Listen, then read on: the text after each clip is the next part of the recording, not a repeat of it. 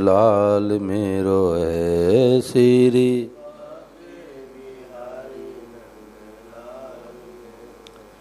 गोविंद मेरो है गोपाल मेरो है गोविंद।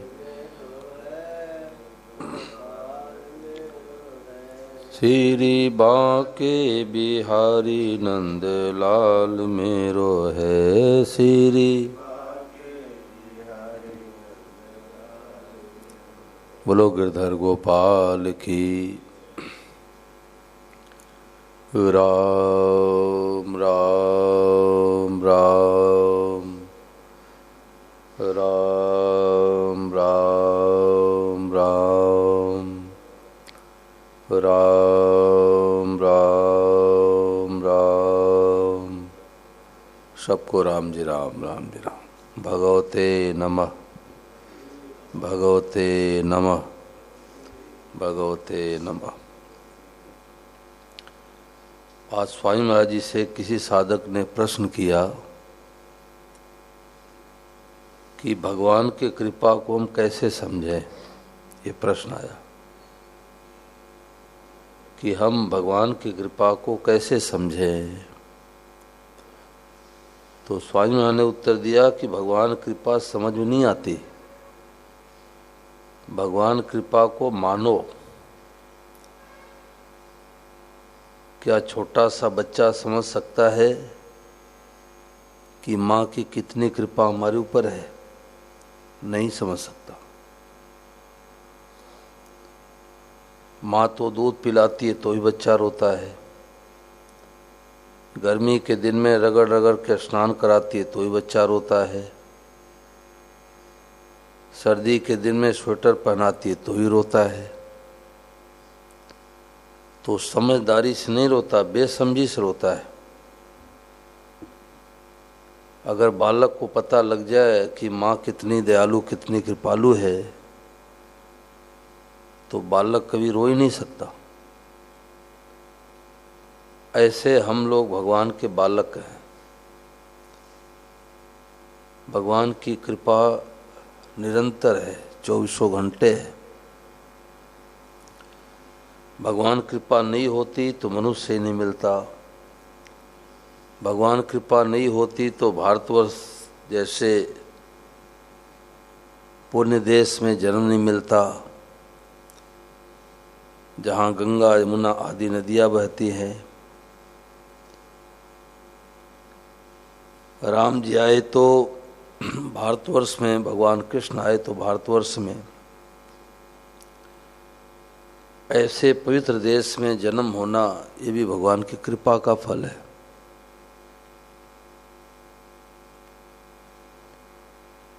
कल्याण में लेख छपा था, जो गीता प्रेस से पत्रिका निकलती है, कि एक सज्जन पूजा पाठ करके भोजन करके स्कूटर लेके ऑफिस जा रहे थे। तो रास्ते में ट्रक वाले से धक्का लगा, चोट लगी, उनका एक पैर काटना पड़ा। तो उन्होंने पूजा पाठ करना छोड़ दिया कि अगर भगवान के अंदर शक्ति होती तो हमारा एक्सीडेंट क्यों होता। तो जो भगवान से चाहते हैं उनका दुख जल्दी नहीं मिटता। जो भगवान को चाहते उनका दुख मिटता है। हम लोग भगवान को नहीं चाहते, भगवान से चाहते। तो उन्होंने पूजा पाठ करना छोड़ दिया। 1 साल बाद अपने बगीचे में टहल रहे थे, सायंकाल का समय था। तो एक काला सांप आया, सर्प आया, और जो नकली पैर जिसमें प्लास्टिक सर्जरी की गई थी उसी पैर में लपेट लिया और जोर से डंक मारा। डंक मार करके भाग गया। तब उनको होश आया कि ओहो, अगर नकली पैर की जगह असली होता तो आज सीताराम जी के प्यारे हो जाते। फिर पूजा पाठ करना शुरू कर दिए। तो हमें पता नहीं लगता परंतु हर परिस्थिति भगवान कृपा है। अनुकूलता प्रतिकूलता दोनों में सम रहो, मंगलमय विधान मान लो, बस हो गया भजन। हर परिस्थिति में भगवान की कृपा को समझे, ये असली भजन है, दामी भजन है।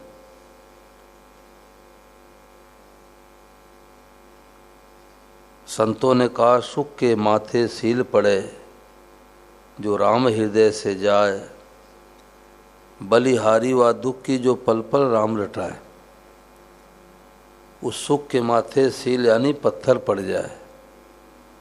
कौन सा सुख? जिसमें हम भगवान को भूल जाए।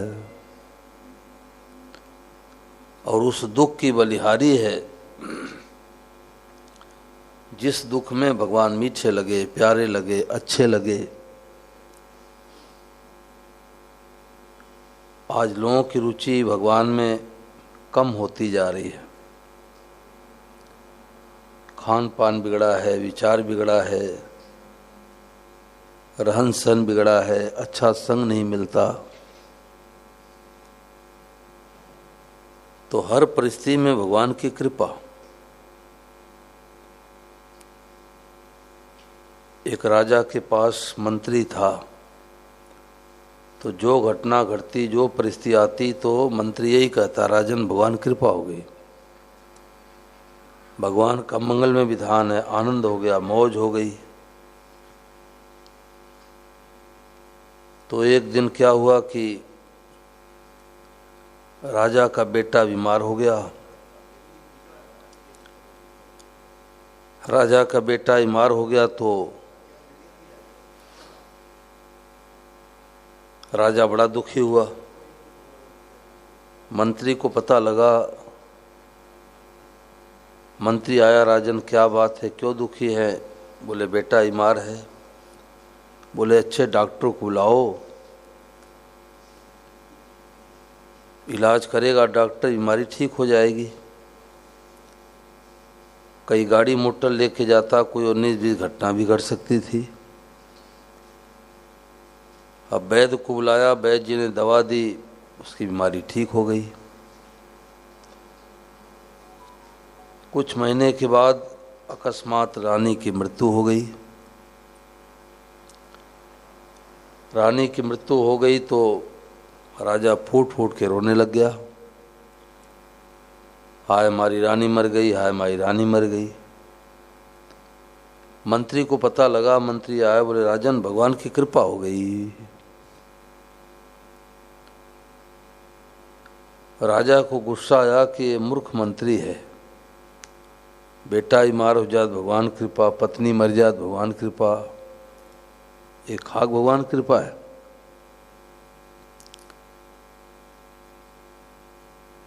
मंत्री ने कहा कि राजन यदि रोने से रानी जीवित हो जाए तो हम भी आपकी सहायता करें, हम भी रोने लग जाए। हाँ, इसके पीछे 7 तर्पण करो, गरीबों को अन्न दान दो, गायों की सेवा करो, जो करना चाहिए वो करो, रोने से क्या फायदा। उसने आत्महत्या किया नहीं, आपने उसको मारा नहीं, गिनती के श्वास मिले थे, आयु पूरी खत्म होती चली गई। राजा ने सोचा कि बात तो ठीक है, मंत्री ठीक कह रहा है, अब रोने से क्या फायदा, रानी वापस तो आने वाली है नहीं। कुछ दिन के बाद मंत्री महोदय तलवार खरीद के लाए और राजा उसका धार देखने लग गया तो उंगली के 2 टुकड़े हो गए। अब राजा फूट फूट के रोने लग गया कि हाय हमारी उंगली कट गई, हमारी उंगली कट गई। मंत्री को पता लगा, मंत्री आया, राजन भगवान कृपा होगी, भगवान कृपा होगी। आनंद हो गया, मौज हो गई, भगवान का मंगल विधान है। अब राजा को गुस्सा आया कि मूर्ख मंत्री है, बेटा बीमार हो जाए भगवान कृपा, पत्नी चल बसे भगवान कृपा, उंगली कट जाए भगवान कृपा, ये कोई भगवान कृपा है? इस मूर्ख मंत्री को देश से बाहर निकालो। सेवकों को आदेश दिया कि इसको देश से बाहर निकालो, जब तक अपने देश में रहे तब तक रोटी पानी खाने पीने को मत दो। अब वो मंत्री महोदय कहते हुए गए भगवान कृपा भगवान कृपा भगवान कृपा, देश से बाहर निकल गए। इधर राजा शिकार खेलने के लिए जंगल में गया तो डकैत लोग इंतजार कर रहे थे कि कोई बत्तीसा की बलि चढ़ानी है। बत्तीसा मतलब 32 दांत हम मनुष्यों के ऊपर नीचे मिला के होते हैं, तो कोई स्वस्थ मनुष्य आ जाए तो उसकी बलि चढ़ानी है। अब डकैतों ने राजा को पकड़ लिए, पूछने लगे बताओ तुम्हारी पत्नी है कि नहीं? बोले पत्नी तो मर गई। तो डकैतों ने कहा देखो मरने से झूठ बोलता है, देखो कहीं इसका अंग भंग तो नहीं है, हाथ फैलाओ। डकैतों ने कहा रे इसके तो 10 की जगह 9 उंगलियां है, छोड़ो छोड़ो ये तो बलि देने योग्य नहीं है। अब राजा को होश हुआ कि ओहो रानी अपने आयु से गई नहीं होती, अंगुली कटी नहीं होती, तो आज तो डकैतों के द्वारा गला ही कट जाता। वास्तव में मंत्री बड़ा बुद्धिमान था, भगत था भगवान का। हमने तो उसको देश से बाहर निकाल दिया। राजमहल में आया, सेवकों से कहा कि जल्दी जल्दी घोड़े पर सवार होके जाओ और उस समझदार मंत्री को ढूंढ ढाड़ के लाओ। सेवक लोग गए, मंत्री को ढूंढ के लाए। मंत्री आते ही राजन से कहने लग गया भगवान कृपा हो गई भगवान कृपा हो गई, भगवान का मंगल विधान है। राजा ने कहा मंत्री महोदय ये बात तो मेरे को समझ आ गई कि जो भी घटना घटी है इसमें भगवान कृपा है, परंतु एक बात समझ नहीं आई कि जब तुमको देश से बाहर निकाला तुमको रोना चाहिए, गिड़गिड़ाना चाहिए, दुखी होना चाहिए, परंतु तुम तो प्रसन्न मुद्रा में कहते हुए गए भगवान कृपा होगी, भगवान का मंगल विधान है, इसमें कौन सी भगवान कृपा है? तो मंत्री ने कहा कि राजन आप शिकार खेलने के लिए जाते और मैं भी होता तो हमारे को ले करके जाते कि नहीं ले आते? मैं बिल्कुल ले आता। आपका घोड़ा तेज था तो हमारा घोड़ा कमज़ोर होता? बोले नहीं नहीं, जैसे आपका घोड़ा तेज था वैसे हमारा घोड़ा तेज होता, जैसे हमारा घोड़ा तेज है वैसे तुम्हारा घोड़ा तेज होता। तो मंत्री ने कहा कि हम दोनों डकैतों के चंगुल फंस जाते, आपकी तो पत्नी भी नहीं, आपके शरीर का अंग भंग भी था और हमारे घर में पत्नी मौजूद, हमारे कोई उंगलियां कटी नहीं थी, तो आप बच जाते हमारा गला कट जाता। बोलो गिरधर गोपाल की। तो भगवान ने कृपा नहीं किया तो क्या किया? तो हर परिस्थिति में भगवान की कृपा।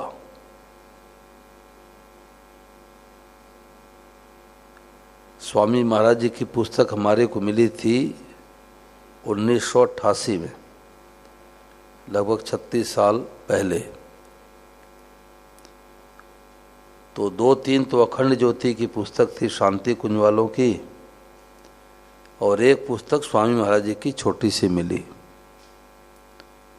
तो मैं अखंड ज्योति देख के ऐसे रख दिया, और महाराज जी की जब पुस्तक में पढ़ने लगा तो महाराज जी ने कहा अनुकूलता में भगवान की दया है और प्रतिकूलता में भगवान की कृपा है।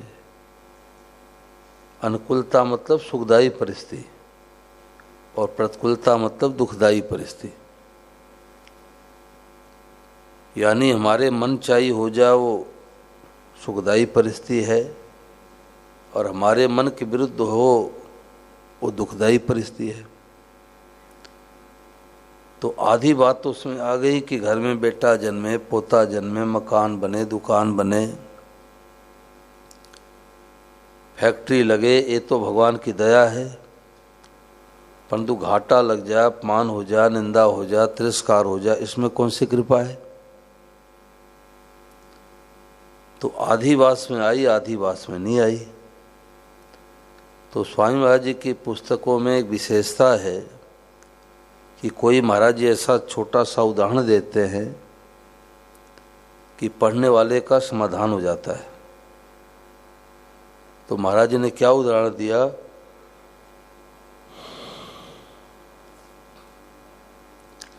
कि जैसे मैदान में कई बच्चे खेल रहे हो और किसी माँ के हृदय में दया उमड़े कि बच्चा खेलने चला गया, कुछ खाया पिया नहीं, बीमार पड़ जाएगा।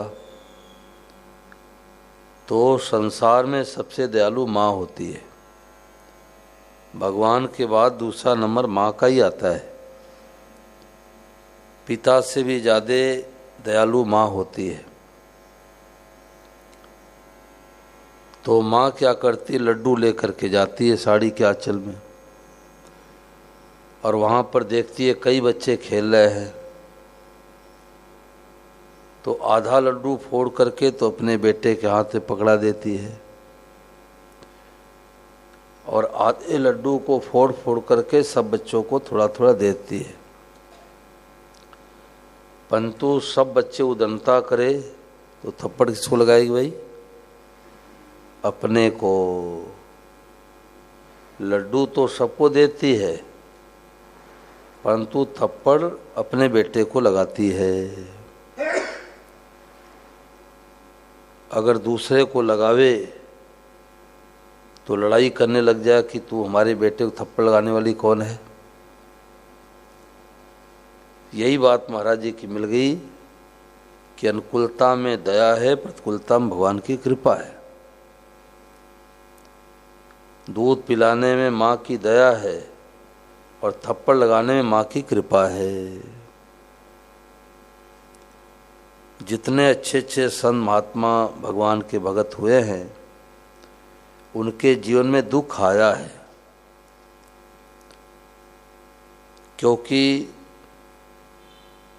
सुखदायी परिस्थिति में मनुष्य अभिमान में फूलता है और भगवान को भूलता है।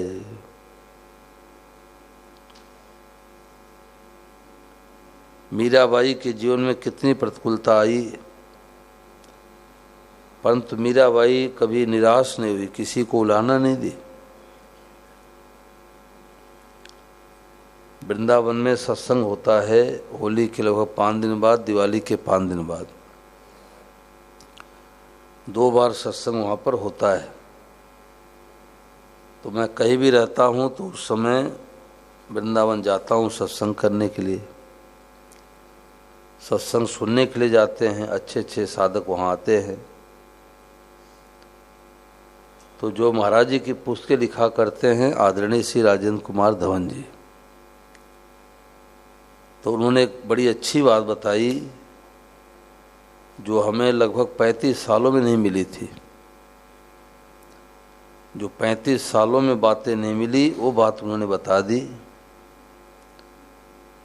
उन्होंने कहा हर मनुष्य के जीवन में 2 खाई हैं, 2 गड्ढे हैं।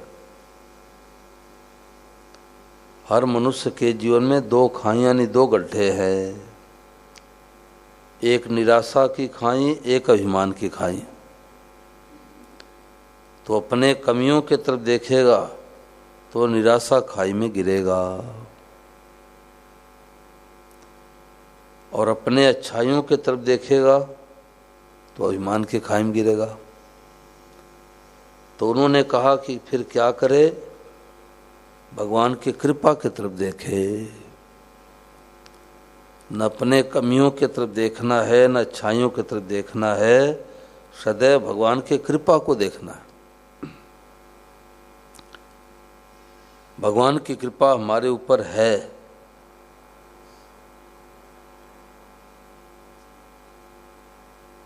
अब सुबह प्रार्थना होती है कि हे नाथ, यदि हम स्वर्ग चाहे तो हमारे को नरक में भेज दो, सुख चाहे तो हमारे को दुख दे दो।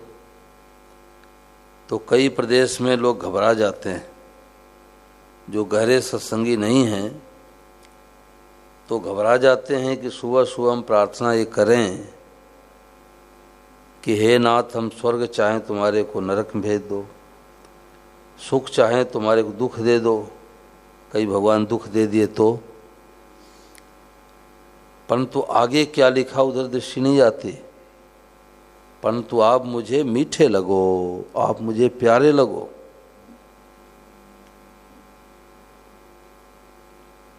भगवान मीठे प्यारे लगेंगे तो सुख दुख का क्या महत्व है। अब कोई वापी में आकर के कहे कि 10 कुंतल लोहा चाहिए कि 1 कुंतल सोना चाहिए, तो वापी वाले कहेंगे कि 10 कुंतल लोहा अपने पास रखो, हमारे को 1 किलो सोना दे दो। तो मूर्ख है कि बुद्धिमान है? बुद्धिमान है। ऐसे भगत कह रहा है कि हे प्रभु, हम सुख चाहें तो हमारे को दुख दे दो, स्वर्ग चाहें तो भले हमारे को नरक दे दो, परंतु आप मुझे मीठे लगो, प्यारे लगो।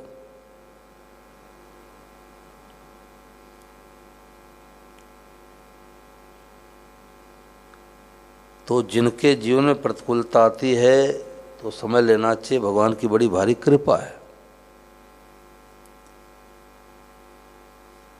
बिना दुख आए जीव भगवान में नहीं लगता। दुख में सुमिरन सब करे, सुख में करे न कोय, और जो सुख में सुमिरन करे तो दुख काहे को हो। तो हर परिस्थिति में भगवान की कृपा को देखना असली भजन है। अब इसमें कोई बात पूछो भाई आप लोग, जो विषय चला है कि सदैव भगवान की कृपा को हम कैसे समझें, तो महाराज ने कहा भगवान कृपा समझ नहीं आती, भगवान कृपा को मानो।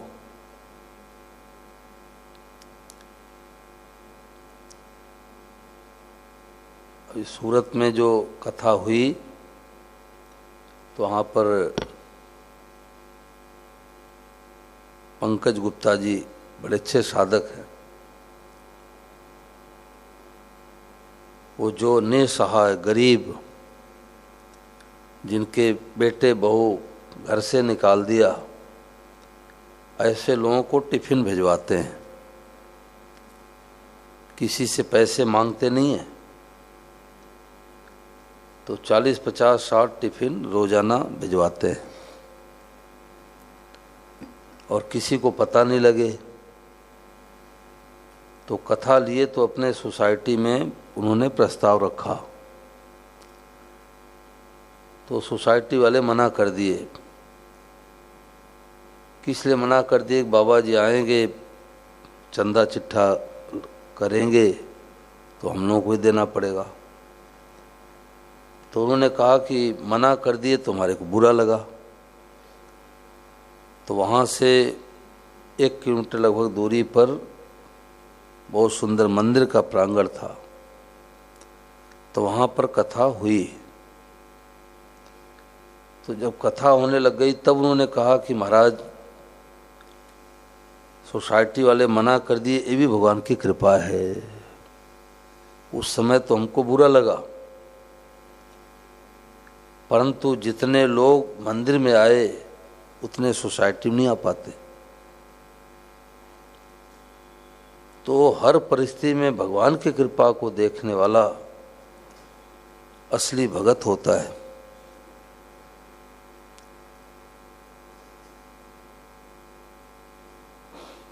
एक बच्चा जो है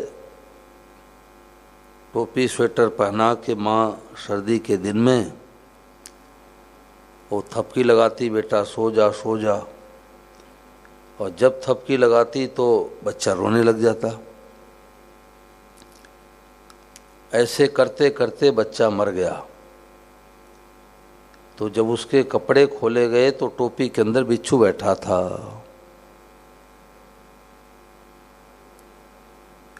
टोपी के अंदर बिच्छू बैठा था। अब माँ बच्चे का अहित थोड़े सोचती है, परंतु माँ उतनी दयालु नहीं है, उतनी सर्वसमर्थ नहीं है। माँ को इतना पता नहीं है, इतना ज्ञान नहीं है। और भगवान हमारे जन्म जन्मांतर की माँ है। एक बार स्वामी महाराज से मैंने पूछा कि महाराज जी, जो जन्म देने वाली माँ है बड़ी दयालु है, बड़ी कृपालु है, साफ साफ दिखाई देता है। घर में 1 लीटर दूध है, अब बच्चों को पिला देती है, बचता है तो पीती है, नहीं तो ऐसे ही सो जाती है। तो जितने दयालु माँ है उतने दयालु भगवान हैं क्या? तो स्वामी महाराज हंस के बोले कि अरे, ये जन्म देने वाली माँ तो एक जन्म की माँ है, और भगवान हमारे जन्म जन्मांतर की माँ है।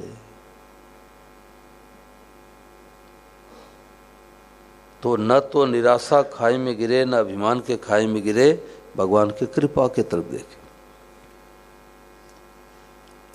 भरत जी महाराज जब चित्रकूट में जाते हैं भैया राम जी को मनाने के लिए, तो उनकी 3 दशा होती है। जब माँ की याद आती है, कैकेयी माँ ने भैया राम जी को 14 वर्ष के लिए जंगल में भेज दिया, तो उनके पैर पीछे होने लग जाते हैं। और जब अपने तरफ देखते हैं कि हमारे कारण से तो भैया को 14 वर्ष वनवास में माँ ने भेजा है, तो रुक जाते हैं। परंतु जब राम जी की कृपा की तरफ देखते हैं तो जल्दी जल्दी चलने लग जाते हैं। जब समुझत रघुनाथ स्वभाव, तब पथ परल उताइल पाऊ। भगवान के स्वभाव की तरफ देखते हैं तो जल्दी जल्दी चलने लग जाते हैं। तो नर तो निराशा खाई में गिरे, न अभिमान के खाई में गिरे, सदैव भगवान की कृपा को देखे कि हमारे ऊपर भगवान की कृपा है, और भगवान की कृपा से ही भगवान कृपा समझ आती है। बोलो गिरधर गोपाल की।